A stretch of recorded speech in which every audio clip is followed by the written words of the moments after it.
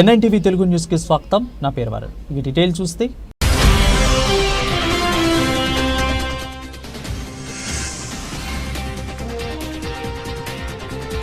హిందూ సంఘం ఆధ్వర్యంలో ఘనంగా ఛత్రపతి శివాజీ వేడుకలు.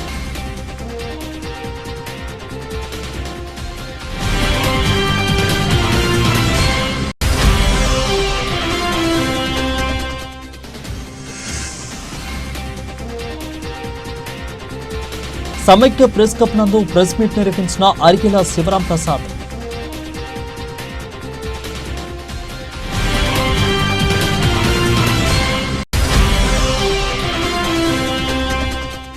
యాదగిరిగుట్ట లక్ష్మీ నరసింహస్వామి ఆలయంలో రెండో రోజు కొనసాగుతున్న ప్రత్యేక పూజలు. వానమామలై పీఠాధిపతి పర్యవేక్షణలో జరుపుతున్న మహాకుంభ సంప్రోక్షణ పూజలు.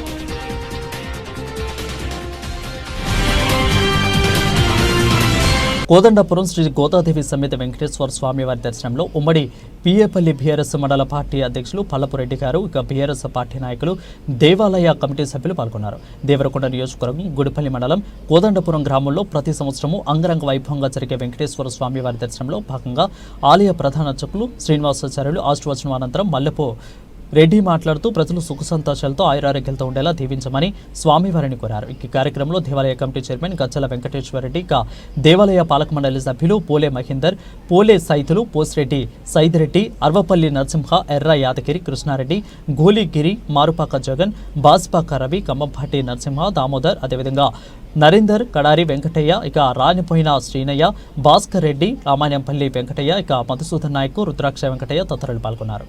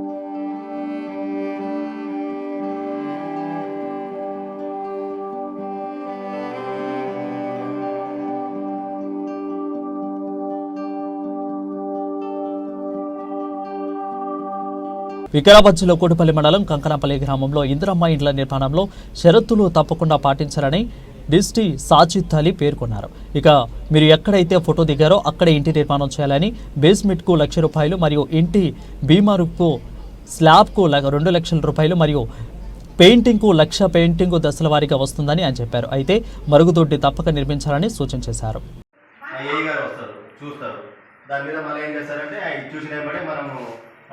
ఏదైతే కప్పు మందం అయిందో ఆ కప్పు మందానికి డైరెక్ట్ మనం ₹1,00,000 మీ అకౌంట్లోకి వేసేస్తాం. డైరెక్ట్ ఇవ్వాల్సిన ప్రశ్న ఉండదు. డైరెక్ట్ ₹1,00,000 బేస్మెంట్ ₹1,00,000, మళ్ళీ కప్పు మందం అయి కప్పు వేసిన తర్వాత మళ్ళీ ఫోటో క్యాప్చర్ చేసిన తర్వాత కప్పుకు ₹2,00,000 ఇవ్వడం. ₹2,00,000 స్లాబ్, దీనికి 2, బేస్మెంట్ 1, కప్పు లెవెల్ 1, స్లాబ్కి 2, ₹4,00,000. పూర్తిగా మనం మరుగుదొడ్డి ఖచ్చితంగా కట్టాలి. ఇంటికి మరుగుదొడ్డి 100% కట్టాలి. ప్రతి ఇంటికి మరుగుదొడ్డి ఉండాలి. ఆ మరుగుదొడ్డి ప్లస్ ప్లాస్టింగ్ పెయింటింగ్ చేసి ఆ ఫోటో మళ్ళీ ఆయన క్యాప్చర్ చేసిన తర్వాత మిగతా ₹1,00,000 మొత్తం ఫైనల్ బిల్ ఇచ్చేస్తాం. మీరు మరుగుదొడ్డి కట్టుకున్నా మనం ఇవ్వమంటే 80% అది ఇవ్వడానికి ఖచ్చితంగా మరుగుదొడ్డి అయితే ఇల్లు ప్లస్ మరుగుదొడ్డి 2 ఉండాలి. ఈ 5,00,000 అది కూడా ఇంకా రాలేదు. అది మనకు చెప్తారు. మనకు ఒకటి సర్కులర్ వస్తుంది. ఆ సర్కులర్ వచ్చిన తర్వాత మేము ఖచ్చితంగా ఎస్సీ ఎస్టీలకు చెప్పారు. మనకు ఆ సర్కులర్ వచ్చిన తర్వాత మనం చెప్పడానికి ఉంటుంది. మనం వచ్చి చెప్తే బాగుంటుంది. 5 లక్షలు ఖచ్చితంగా కట్టాలి. మొత్తం సబ్సిడీ, పూర్తి సబ్సిడీ. ఫస్ట్ స్టెప్ నుంచే కట్టుకోవాలి. ఇంకోటి మనకి ఇది వేసిన తర్వాత సార్ దీనికి పాత కూడా కాలించి కట్టాలి. మొత్తం 4 గోడలు కొత్తగా ఉండాలి. కింద నుంచి కొత్తగానే కట్టాలి. పాత కూడా నేను నానించి కట్టాలి, లేకపోతే ఉంది సార్, లేకపోతే కంపెనీస్ కప్పేస్తాను. ఇది స్కీమ్ యొక్క ఉద్దేశం. ఇది అవగాహన కల్పిద్దామనే. ఎందుకంటే ప్రతి గ్రామం మేము ప్రతి మండలం పోతున్నాం, చెప్తున్నాము. ఇక్కడికి వీళ్ళకి ఎందుకంటే ఇంత దూరం వచ్చినాము. దూరంగా సార్ నేను చూస్తాం, కొద్దిగా ఆలస్యమైంది, సారీ. ఈ స్కీమ్ యొక్క వివరాలు మొత్తం చెప్దామని ఆలోచన జనాలు కూడా తెలవాలి కదా. ఎందుకంటే కొంతమంది ఎట్లా ఉంటారంటే తెలియకుండా ఉంటారే, మాకు ఏం చెప్పాలి సార్ అంటారు. ఇది కూడా ఏం చేస్తారంటే, ఇది కూడా గ్రామ పంచాయతీలో నోటీస్ బోర్డులో ఇది అతికిస్తారు.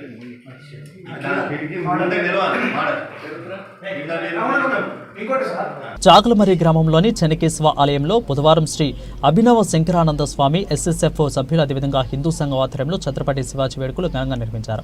ఆలయ చిత్రపటానికి పూలమాలలు వేసి ఘనంగా నివాళులర్పించారు. ఈ కార్యక్రమంలో ఆలయ అధ్యక్షులు వేణుగోపాల్ రెడ్డి, హిందూ సంఘం నాయకులు జయదేవ్ రెడ్డి, ఇక సల్లా నాగరాజు, శివశంకరు, వీరంరెడ్డి, విజయభాస్కర్ రెడ్డి, మహేందరాచారి, గుత్తి నరసింహులు, రవీంద్రారెడ్డి, దస్తగిరి, రాఘవ, రవిశంకర్ రెడ్డి, పుల్లయ్య, శివ స్వాములు, నరసింహ స్వాములు తదితరులు పాల్గొన్నారు. దగ్గర 104 మంది 105 మంది అనుభవాలు వాళ్ళ ఏం జరిగింది అనే దాని గురించి కంచిపీఠంగా చెప్తూ ఫస్ట్ 4వ వ్యక్తి యొక్క అనుభవంలో ఇది జరిగింది. ఈరోజు అప్పుడు శివాజీ మహారాజు గురించి అక్కడ సతారపట్నం మహారాష్ట్రలో సతారపట్నంలో అక్కడ ఇప్పుడు ఉన్నటువంటి జయేంద్ర సరస్వతి గారు కూడా సతారపట్నానికి కాబట్టి ఏవైతే మన హిందూ ధర్మాన్ని పరిరక్షణకు తన జీవితాన్నే కాకుండా తన కొడుకు జీవితాన్ని కూడా అంకితం చేసినటువంటి మహానుభావుడు ఛత్రపతి శివాజీ మహారాజు. ఇందాక చెప్పినట్టు 27 ఏళ్ల పాటు ఆయన పరిపాలన మీద దృష్టి పెట్టకుండా ఇళ్ల మీదనే దృష్టి పెట్టి మన ధర్మాన్ని, సాంప్రదాయాలను, ధర్మ పరిరక్షణకు పాటుపడినాడు. ఆయన చనిపోయిన తర్వాత వారసత్వం కోసం పోరాడిన వాళ్ళు అప్పటికి ఆయన కొడుకు సంభాజీ 25 ఏళ్ల వాడు. అయితే ఆ సందర్భంలో మిగతా రాజకీయ పరంగా ఎవరైతే బలవంతుడు ఉంటాడో వాడు ఆక్రమించుకుంటాడు. కానీ ఆ సైన్యాలు కానీ, ఆ సైన్యాధిపతులు కానీ, ఆయనకు ఉన్నటువంటి అనుయాయులు, మంత్రివర్గము ఎవరు కూడా ఏకపక్షంగా వ్యవహరించి ఆయన సవతి కొడుకు 10 ఏళ్ల పిల్లవాడు ఆయన్ను రాజును చేయాలని చెప్పేసి వాళ్ళ అమ్మ చిన్నమ్మ ప్రయత్నం చేసి ఎన్టీఆర్ జిల్లా తిరువురు ఎమ్మెల్సీ ఎన్నికల నేపథ్యంలో విజయవాడ భారత అసోసియేషన్ జనరల్ సెక్రటరీ అరికెల శివరామప్రసాద్ రాజ్య ఎన్నికల ప్రచారంలో భాగంగా తిరువురు విచ్చేసి కరపత్రాలను అందజేసిన క్రమంలో ప్రెస్ మీట్ నిర్వహించారు. ఈ క్రమంలో ఆయన మాట్లాడుతూ రానున్న ఎమ్మెల్సీ ఎన్నికల్లో కులాలకు, మతాలకు అతీతంగా పనిచేస్తామని, పూర్వ విద్యార్థిని నాయకుడు, న్యాయవాదిగా సమానత్వం అనే ఎజెండాతో మీకోసం మీలో ఒకటిగా పనిచేయటకు నేను సిద్ధంగా ఉన్నానని, మీ ఆశీర్వచనాలు నాకు మొదటి ప్రాధాన్యత ఇచ్చి ఎమ్మెల్సీగా అఖండ మెజారిటీతో గెలిపించాలని, నాకు కేటాయించిన 5 సీరియల్ నెంబర్లలో 1వ అంకె మీద ఓటు వేసి గెలనే ప్రజలను ఉద్దేశించి మాట్లాడారు. నా పేరు అరిగల శివరామప్రసాద్ రాజా. నేను విజయవాడ బార్ అసోసియేషన్ జనరల్ సెక్రటరీని. నేను ఈ నెల 27వ తారీఖు నాడు జరుగు కృష్ణా గుంటూరు గ్రాడ్యుయేట్స్ ఎమ్మెల్సీ ఎన్నికల్లో ఎమ్మెల్సీ అభ్యర్థిగా పోటీ చేసి ఉన్నాను. మీ అఖండమైనటువంటి ఓటును నా సీరియల్ నెంబర్ 5 నందు 1 అనే అంకె వేసి నన్ను అఖండ మెజారిటీతో గెలిపించాల్సిందిగా ప్రార్థిస్తున్నాను. ఈ ఎమ్మెల్సీ ఎన్నికల్లో నేను పోటీ చేయడానికి ప్రధాన కారణం, నేను గతంలో ఆంధ్ర యూనివర్సిటీ నందు విద్యార్థి నాయకుడిగా విద్యార్థుల సమస్యలపై నేను ఒక వాణిని వినిపించి విద్యార్థి సమస్యలను సాల్వ్ చేసి విద్యార్థులందరికీ మంచి చేసిన వ్యక్తిగా, ఒక విద్యార్థి నాయకుడిగా మంచి గుర్తింపు పొందాను. నేను 2004వ సంవత్సరం నా లా కంప్లీట్ చేసిన తర్వాత గత 20 సంవత్సరాలుగా విజయవాడ బార్ అసోసియేషన్ నందు ప్రాక్టీస్ చేస్తూ, అదేవిధంగా నూజివీడు, తిరువూరు, కృష్ణా జిల్లాలో అన్ని బార్ అసోసియేషన్లో కూడా నేను ప్రాక్టీస్ చేస్తూ ఎంతోమంది పేదలకు సహాయం చేస్తున్నాను. అదేవిధంగా గత సంవత్సరం జరిగినటువంటి విజయవాడ బార్ అసోసియేషన్ ఎన్నికల్లో నేను 670 ఓట్ల మెజార్టీతో విజయం సాధించడం జరిగింది. నా విజయానికి కారణం నీతి, నిజాయితీ, నిబద్ధత అనేటువంటి ఆదర్శమైనటువంటి సిద్ధాంతంతో నేను ప్రయాణించాను. నా గెలుపులో కులం చూడలేదు, మతం చూడలేదు నా న్యాయవాద మిత్రులు. నన్ను అందరూ కూడా నాకు సహకరించి నాకు గొప్ప విజయాన్ని అందించారు. తర్వాత నేను నా యొక్క ప్రాక్టీస్లో నేను న్యాయవాద మిత్రుల కోసం ఏ సమస్య వచ్చినా సరే నేను ముందుండి సమస్యను సాల్వ్ చేస్తూ ముందుకెళ్తున్నాను. మరి గత సంవత్సరంలో కూడా ఎన్నో సమస్యలు మనం చవిచూడడం జరిగింది. ఈ సంవత్సరం చూస్తే మరి న్యాయవాదులపై జరిగినటువంటి దాడుల్లో కూడా మేము ప్రధానంగా నిలబడి మరి కృష్ణా జిల్లా ఫెడరేషను మరి గుంటూరు జిల్లా ఫెడరేషను అధ్యక్షులు వాళ్ళందరూ కూడా కలిసి ఒక కామన్ ఎజెండాతో సమస్య సాల్వ్ చేయడం జరిగింది. గతంలో నేను గుంటూరు పట్టణంలో గ్రూప్ 1 గ్రూప్ 2 చదువుకున్న రోజుల్లో 2004 సంవత్సరంలో అక్కడ ఉన్నటువంటి ఆర్థిక పరిస్థితులు చాలా దారుణంగా ఉండేటువంటి, ఎందుకంటే ఆ రోజుల్లో జాబ్ రిక్రూట్మెంట్ అనేది ఒక ప్రశ్నార్థకంగా మారేది. ఒక జాబ్ రిక్రూట్మెంట్ ఇవ్వడం జరిగేది, దాన్ని మరి పోస్ట్ పోన్ చేయడం. ఆ రోజుల్లో మేము గుంటూరు పట్టణంలో ఒకే రూమ్లో 6-7 కాడ ఉండి చాలా ఇబ్బందులు పడుతూ చాలా బాధలు ఫేస్ చేశాం. నేను ఆ రోజున అనుకున్నా ప్రజలకు సేవ చేయాలని తలంపు ఆ రోజున నాకు కలిగింది. అప్పటి నుంచి నేను నీతి నిజాయితీగా సేవ చేస్తూ సమాజంలో ఉన్నాను. మిత్రులారా, ఆలోచించండి, రేపు జరగబోయే ఎన్నికలు రాజకీయాలు అతీతంగా జరిగినటువంటి ఎన్నికలు. అటువంటి ఎన్నికల్లో మేధావి వర్గమైనటువంటి చదువుకున్న వర్గమైనటువంటి మీరు ఆలోచించి ఒక మంచి నాయకుడిని, చదువుకున్న వ్యక్తిని, మీ సమస్యలకు అవగాహన వ్యక్తిని ఎన్నుకుంటే రేపు శాసన మండలిలో ఏ సమస్యనైనా సరే మాట్లాడి చర్చించి కామన్ ఎజెండాతో మీ అందరి సహకారంతో విజయం సాధించడానికి అవకాశం ఉంటుంది. గతంలో గెలిచినటువంటి ఎమ్మెల్సీలు ఎవరు కూడా ఎప్పుడు ఏ సమస్యపై కూడా మాట్లాడలేదు. అదేవిధంగా ఉద్యోగుల విషయంలో మరి ఏరియాస్ విషయంలో ప్రధానంగా ఎక్కడ కూడా ఎప్పుడు ఎవరు మాట్లాడలేదు. ఇది ప్యూర్లీ రాజకీయాలకు అధికరించినటువంటి ఎన్నికలు. మిత్రులారా, ఆలోచించి మీ యొక్క ఓటు అనే ఆయుధం ద్వారా నాకు అమూల్యమైనటువంటి ఓటును వేసి రేపు జరగబోయే ఎన్నికల్లో నాకు అఖండ మెజార్టీ కలగజేస్తారని మనస్ఫూర్తిగా కోరుకుంటున్నాను. నాకు నా న్యాయవాద మిత్రులతో పాటు నా తండ్రి గారు టీచర్ గారు, అందువల్ల టీచర్ కమ్యూనిటీ నుంచి కూడా నాకు పూర్తి మద్దతు ఉంది. అదేవిధంగా మరి నిరుద్యోగ యువత ఈరోజు నిరుద్యోగులకి అగమ్య గోచరంగా ఉన్నారు. మరి అటువంటి వారి కోసం ఒక చక్కని ఎజెండాతో ముందుకు వచ్చాను. మరి వాళ్ళకి 5,000 రూపాయలు నిరుద్యోగ వృత్తి ఇవ్వాలని చెప్పి నేను ప్రధానంగా డిమాండ్ చేస్తున్నాను. అదే ఇంకో విషయం కూడా చెప్పదలుచుకున్నాను. ప్రైవేటు పాఠశాలలో ఉన్నటువంటి టీచర్స్ మరి వారి యొక్క కష్టాన్ని దోపిడీ చేస్తున్నారు. ఆ దానిపై మనం ప్రధానంగా వాయిస్ వినిపించాలి. మరి వాళ్ళ జీతాలు ఒక కనీస వేతనం లేదు ఈ రోజుకి. మరి 10 గంటల్లో ఒక కనీసమైన 10 గంటలు లేవు. మరి అంగన్వాడీ టీచర్స్ వీళ్ళందరూ ఎన్నో సమస్యలు ఉన్నాయి. ఈ సమస్యలపై మనందరం కూడా ఒక చర్చా వేదిక పెట్టాలి. నేను డెఫినెట్గా ఈ కృష్ణా గుంటూరు జిల్లా ఉన్నటువంటి ఎవరైతే నిరుద్యోగులు ఉన్నారో, అదేవిధంగా ఈ గ్రాడ్యుయేట్స్ అందరూ కూడా ఉన్నారు, వీళ్ళందరూ కూడా మండలాల వారిగా కలుస్తాను. మీ సమస్యను నా సమస్యగా భావిస్తాను. మీ వాణిని నా వాణిగా శాసన మండలిలో వినిపిస్తాను. నాకు ఒక అవకాశాన్ని కల్పించండి. మంచి నాయకుడిని ప్రమోట్ చేయండి. మీ అందరికీ నేను హృదయపూర్వకంగా తెలియజేసుకుంటున్నాను. థ్యాంక్ యూ అన్న. Thank you so much. Swarnagiri బ్రహ్మోత్సవాలు 2వ రోజు ఉదయం యాగశాల ప్రవేశం జరిగింది. ఇక తదుపరి అగ్నిమతనం, అగ్ని ప్రజ్వలన కార్యక్రమాలు జరిగాయి. యాగశాలలో మూర్తికొమ్మ మండలం అగ్ని స్థాపనాది పంచరాత్ర అగమోక్త పూజ కార్యక్రమాలు ప్రారంభమై ఇక దివ్యదేశ బహుమానం సమర్పణలో భాగంగా మొదటి రోజు నేడు మొట్టమొదటి దివ్యదేశం తమిళనాడులోని శ్రీ రంగ దివ్య దేశం నుండి ఆలయ ప్రథమ ఆచార్య పురుషులు శ్రీ పరసర లక్ష్మీ నరసింహ భట్టరు స్వామివారు, శ్రీ రంగనాథ స్వామివారి శేషవస్త్రం, అదేవిధంగా మాల అభయహస్తం తీసుకుని వచ్చి స్వర్ణగిరి దేవస్థానం వ్యవస్థాపక ధర్మకర్త శ్రీ మానేపల్లి రామారావు దంపతులు, మానేపల్లి మురళీకృష్ణ దంపతులు అందజేశారు. ఇక పై కార్యక్రమంలో శ్రీ శ్రీ శ్రీ త్రిదండి అహోబిల రామానుజాచార్య స్వామివారు వేంచేసి తమ మంగళ స్నానములు అందించారు. ఇక అదేవిధంగా సకల దేవతలను బ్రహ్మోత్సవాలకు ఆహ్వానించటకు ఆలయ ధర్మకర్తలు శ్రీ మానేపల్లి రామారావు గారు, అదేవిధంగా మానేపల్లి మురళీకృష్ణ గారు చేతుల మీదుగా శ్రీ శ్రీ శ్రీ తండ్రి అహోబిల రామానుజాచార్య స్వామి వారి సమక్షంలో గరుడ పట్టణము శాశ్వతంగా ధ్వజస్తంభం వద్ద ఎగురవేశారు.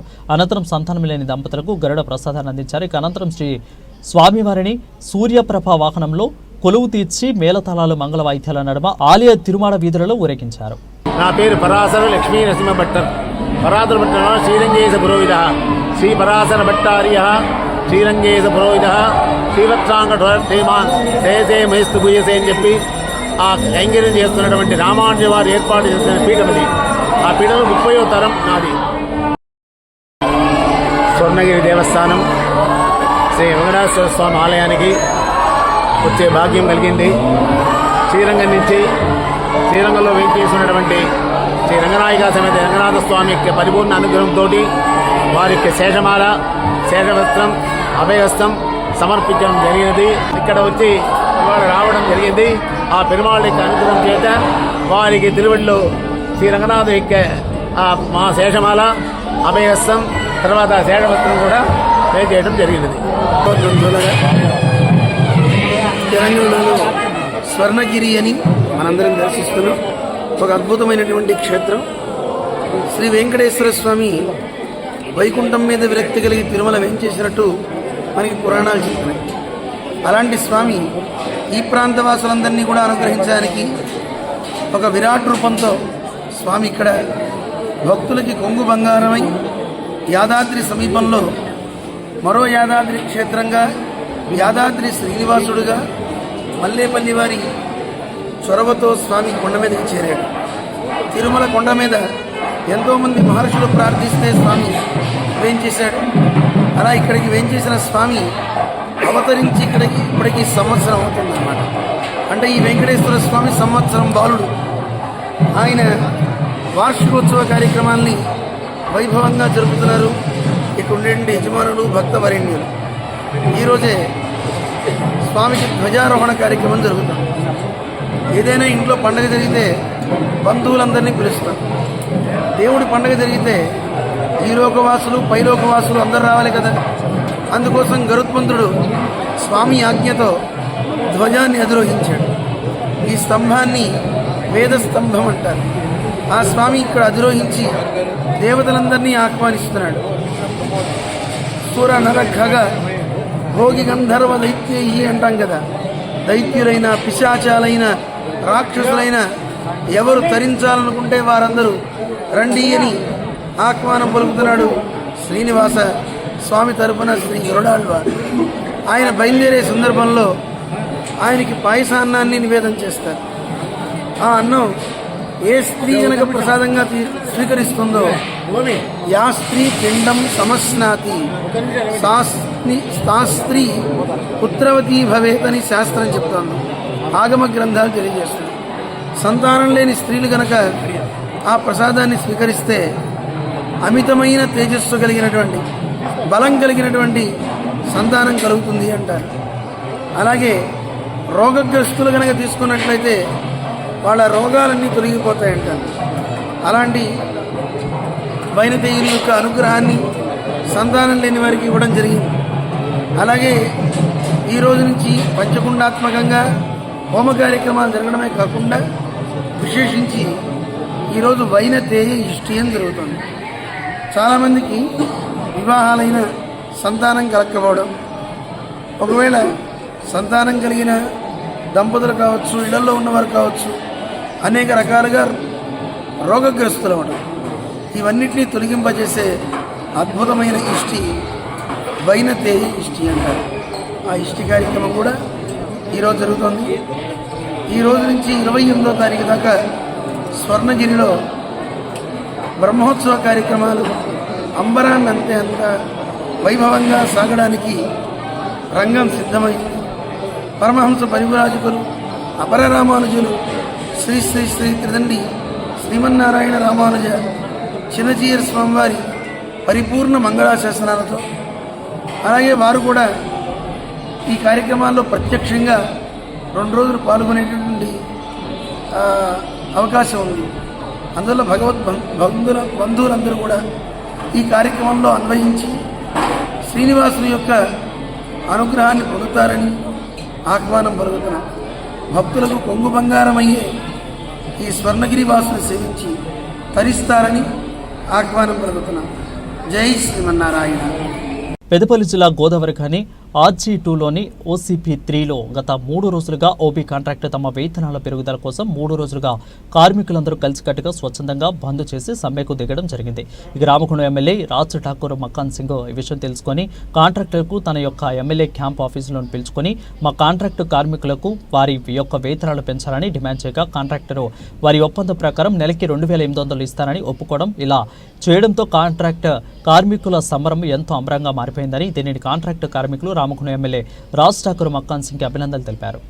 ముఖ్యమంత్రి గారు రేవంత్ రెడ్డి ఆధ్వర్యంలో, సుద్దిల్లా శ్రీధరబాబు గారు ఐటీ మినిస్టర్ గారి ఆధ్వర్యంలో, రాజ్ ఠాకూర్ మక్కర్ సింగ్ అన్న గారి ఆధ్వర్యంలో ఓబీ కాంట్రాక్ట్ కార్మికులు ఏరన్న కేసీఆర్ మెడల్ వంచి మన రేవంత్ రెడ్డి గారి నాయకత్వంలో మక్కన్ సింగ్ గారి ఆధ్వర్యంలో 2,800 రూపాయలు పెంచిన ఘనత చరిత్రలోనే ఎప్పుడు లేదు. 99% అది త్వరలోనే జీవో ప్రకారం జీవో కూడా నేను అసెంబ్లీలో మీ గురించి ఫైటింగ్ చేసి అవసరమైతే శ్రీధర్బాబు గారి దయ వలన ఆయన రిక్వెస్ట్ చేసి ఎమ్మెల్యే గారితో మినిస్టర్ ముఖ్యమంత్రి గారితో బట్టి గారితో మాట్లాడి ఒప్పించి అతి త్వరలో కూడా పట్టుకొచ్చి రోజుకు 200 చొప్పున నెలకు 6,000 రూపాయలు పెంచేటట్టుగా నేను చూస్తానని మాకు గర్వంగా చెప్పినాడు. ఆయనకు ఎల్లవేళ నమస్కారం చేసి మక్కన్ సింగ్ గారికి కృతజ్ఞతలు తెలుపుతున్నాను. యాదాద్రి జిల్లాలో కేంద్ర మంత్రి కిషన్ రెడ్డి పర్యటించారు. ఎమ్మెల్సీ ఎన్నికల ప్రచారంలో పాల్గొన్నారు. ఇక అనంతరం జిల్లా బీజేపీ కార్యాలయంలో మీడియా సమావేశంలో మాట్లాడుతూ ఎమ్మెల్సీ ఎన్నికల్లో 3 స్థానాలను బీజేపీ పార్టీ అభ్యర్థులు గెలుస్తుంది. ఇక కాంగ్రెస్ పార్టీ ప్రభుత్వం పైన అన్ని వర్గాల తీవ్ర వ్యతిరేకత ఉంది. కాంగ్రెస్ బీఆర్ఎస్ పార్టీలకు ఎమ్మెల్సీగా పోటీ చేసే ధైర్యం లేదు. అందుకే తెర వెనుక నాటకాలు ఆడుతున్నారు. ఇక బీఆర్ఎస్ పార్టీ అధికారం ఉన్నప్పుడు 3 డిఏలను కూడా పెండింగ్ పెట్టింది. కాంగ్రెస్ ప్రభుత్వం 2 డిఏలను పెండింగ్లో పెట్టింది. ఇక ఉద్యోగ విరమణ చేసిన ఉద్యోగులకు ఇవ్వాల్సిన బెనిఫిట్స్ రాష్ట్ర ప్రభుత్వం ఇచ్చే పరిస్థితి లేదన్నారు. కాంగ్రెస్ ఎన్నికల్లో ఇక నిరుద్యోగ భృతి ఇస్తాని హామీని అమలు చేయడం లేదన్నారు. రాహుల్ గాంధీ రేవంత్ రెడ్డి డిమాండ్ చేస్తున్న సంవత్సరం పూర్తి 2 లక్షల ఉద్యోగులు కూడా భర్తీ చేసే ఉంటే అశోక్ నగర్ లైబ్రరీ రావాలి. అదేవిధంగా సకాలంలో ఫీజు రింబర్స్మెంట్ చేయకపోవడం పేద విద్యార్థులకు బాధపడుతున్నారని అన్నారు. ఇక పేద విద్యార్థులకు ఇస్తాను అన్న విద్యా భరోసా కార్డు ఇవ్వలేదు. ఇక బీఆర్ఎస్ ప్రభుత్వం 317 జీవో తెచ్చి ఉద్యోగస్తులను ఇబ్బంది పెట్టిందని అన్నారు. రేవంత్ రెడ్డి సర్కార్ ఇచ్చిన ఏ ఒక్క హామీ కూడా అమలు చేయలేదని అన్నారు. ఖమ్మము వరంగల్ సంబంధించినటువంటి ఉపాధ్యాయ నియోజకవర్గం నుంచి పోటీ చేస్తున్నాం. వీరు జేఏసీలో కానీ ఉపాధ్యాయ సంఘాలు కానీ జీవితం అంతా అందులోనే పనిచేశారు. అజాత శత్రువు వీరు. సర్వ ఉత్తమ ఉపాధ్యాయుడు అంటాం మేము. సర్వోత్తమ రెడ్డి వీరి పేరు. సర్వ ఉత్తమ ఉపాధ్యాయుడిగా పనిచేశారు. ఉపాధ్యాయులకు జీవితం అంతా సేవ చేసినటువంటి సర్వోత్తమ రెడ్డి గారు వారిని అన్ని వర్గాల ప్రజలు, ముఖ్యంగా టీచర్స్ ఎవరైతే ఉంటారో వాళ్ళందరికీ తెలుసు. ఈ సంఘం ఉన్నా ఏ సంఘం ఉన్నా కూడా అన్ని సంఘాల వాళ్ళు కూడా, అన్ని ఉపాధ్యాయ సంఘాల వాళ్ళు కూడా వారు అజాత శత్రువు కాబట్టి అందరూ కూడా ఆయన కండగా నిలబడి మద్దతు ప్రకటిస్తున్నారు. మీరు కూడా మీ ద్వారా కూడా నేను అన్ని వర్గాల ప్రజలకు విజ్ఞప్తి చేస్తున్నాను. ఈ యొక్క కాన్స్టిట్యున్సీ నుంచి సర్వోత్తమ్ రెడ్డి గారికి భారీ మెజార్టీతో ఈ టీచర్స్ కాన్స్టిట్యున్సీలో గెలిపించాలి. ఉపాధ్యాయుల గొంతు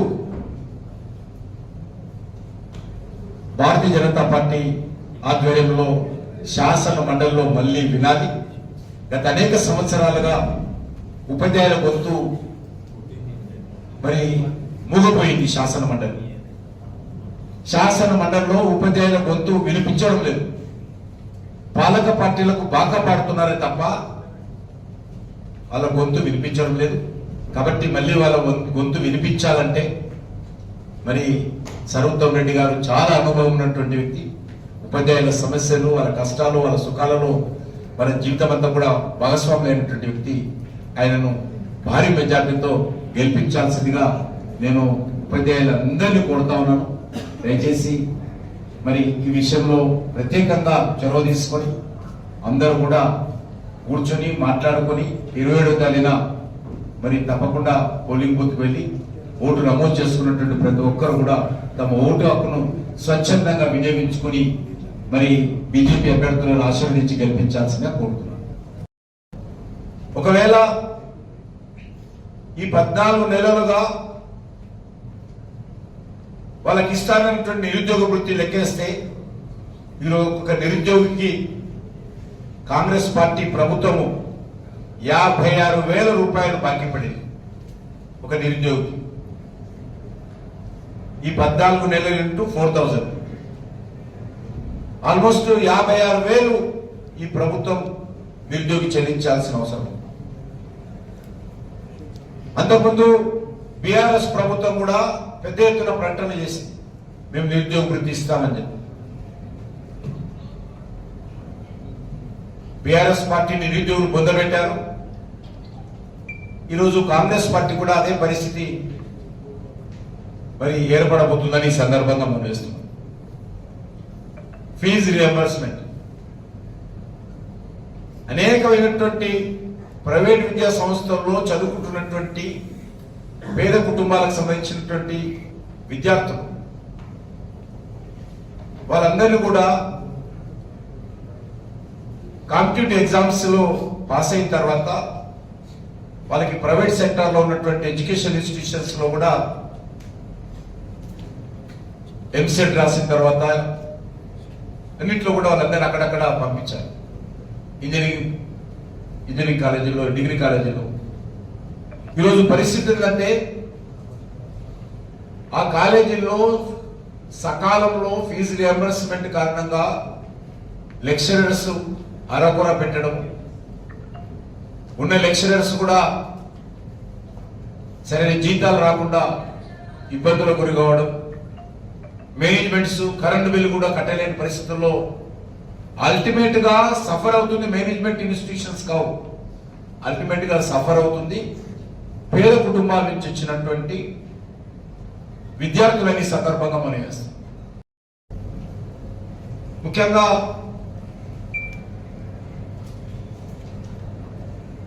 రాష్ట్రంలో కాంగ్రెస్ పార్టీ వచ్చిన మార్పు పేరుతో ఇక్కడ కాంగ్రెస్ పార్టీ అధికారంలోకి వచ్చినా కూడా ప్రజలలో మార్పుకు సంబంధించినటువంటి ఇంపాక్ట్ ఏం కనిపిస్తుంది? టిఆర్ఎస్ ఎమ్మెల్యేల స్థానంలో కాంగ్రెస్ ఎమ్మెల్యేలు వచ్చారు. టిఆర్ఎస్ ఎమ్మెల్యేల దోపిడీ స్థానంలో కాంగ్రెస్ ఎమ్మెల్యేల దోపిడీ జరుగుతూ ఉంది.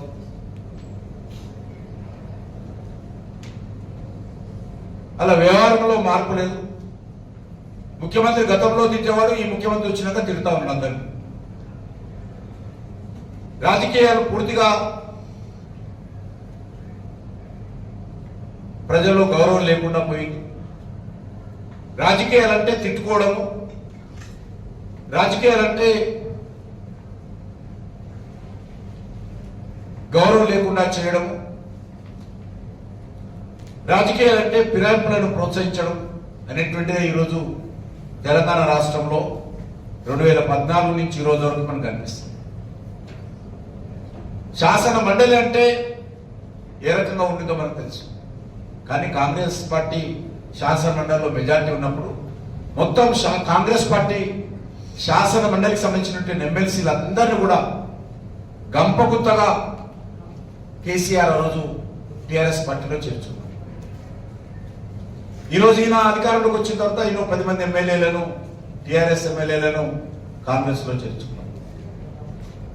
ఒక టిఆర్ఎస్ ఎమ్మెల్యే ఈరోజు శాసనసభలో కూడా టిఆర్ఎస్ ఎమ్మెల్యే రికార్డు ఉంటుంది స్పీకర్ దగ్గర.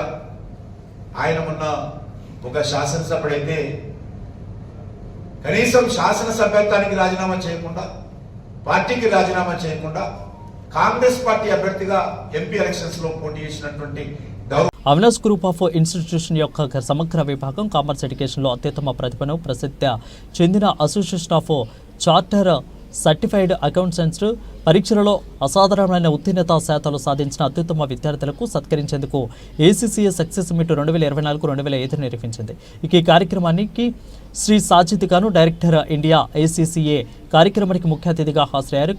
వారి ఏసీసీఏ ప్రయాణంలో అసాధారణమైన నిబద్ధత మరియు శ్రద్ధ కనపరిచిన విద్యార్థులను అభినందించారు.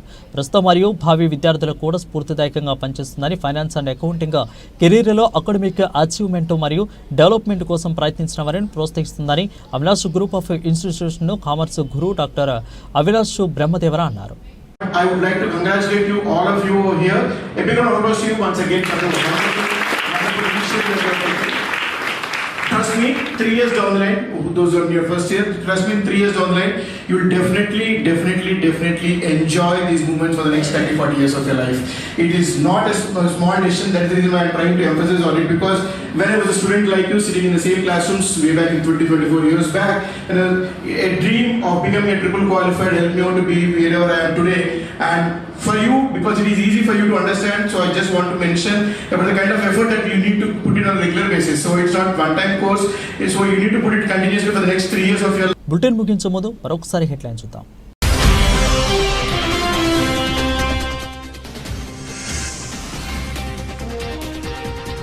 హిందూ సంఘం ఆధ్వర్యంలో ఘనంగా ఛత్రపతి శివాజీ వేడుకలు.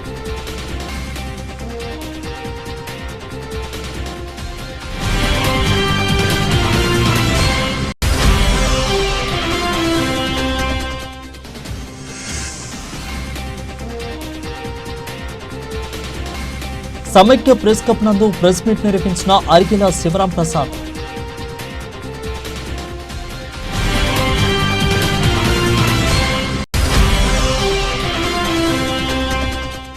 యాదగిరిగుట్ట లక్ష్మీ నరసింహస్వామి ఆలయంలో రెండో రోజు కొనసాగుతున్న ప్రత్యేక పూజలు. వానమామలై పీఠాధిపతి పర్యవేక్షణలో జరుపుతున్న మహాకుంభ సంప్రోక్షణ పూజలు.